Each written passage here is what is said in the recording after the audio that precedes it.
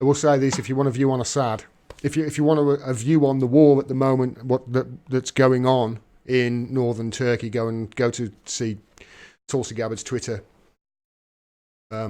profile. In fact, I'll bring it up for you.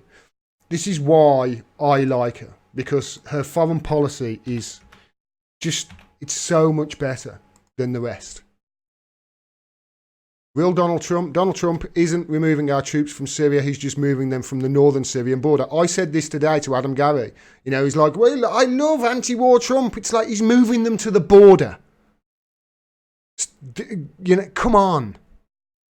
He's just moving them from the northern Syrian border, allowing Turkey to invade Syria and slaughter the Kurds. Trump lied to the Kurds, promising them our support, while simultaneously preventing them from reconciling with the Syrian government and coordinating a common defence against Turkish invasion. That's key. The Americans would rather see...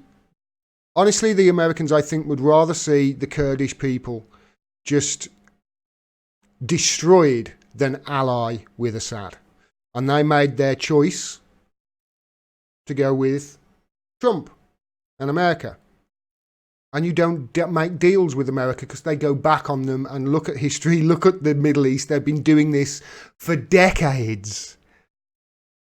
Arming people and abandoning them in them and having them slaughtered. They'll use whatever people they can. Anyway, she says the impending slaughter and ethnic cleansing of the Syrian by Turkey is happening because Trump refuses to end our efforts to overthrow the Syrian government.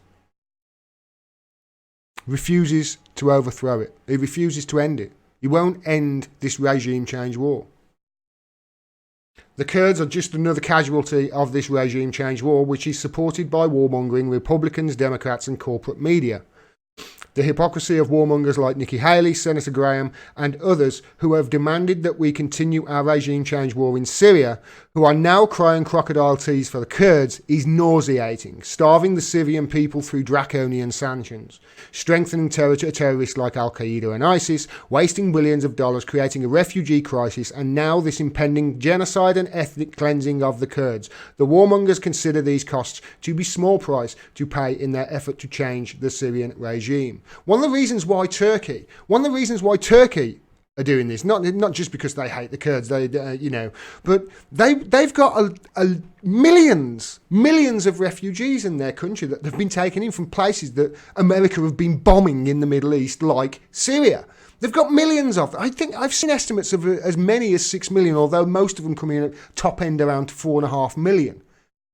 And the EU won't give him billions of dollars that they promised that they would give him to help out, or I'm not sure, I think it was 6 billion, something like that anyway. And they were, up until last week, they were withholding payment. He's got millions of refugees in camps in his country. I hate sticking up for Erdogan, but you can see, how the Americans are just geopolitically, it's like, oh, well, we'll move this piece there and we'll move that piece there and then we'll try at it from this angle. They're still just trying to overthrow this Syrian government.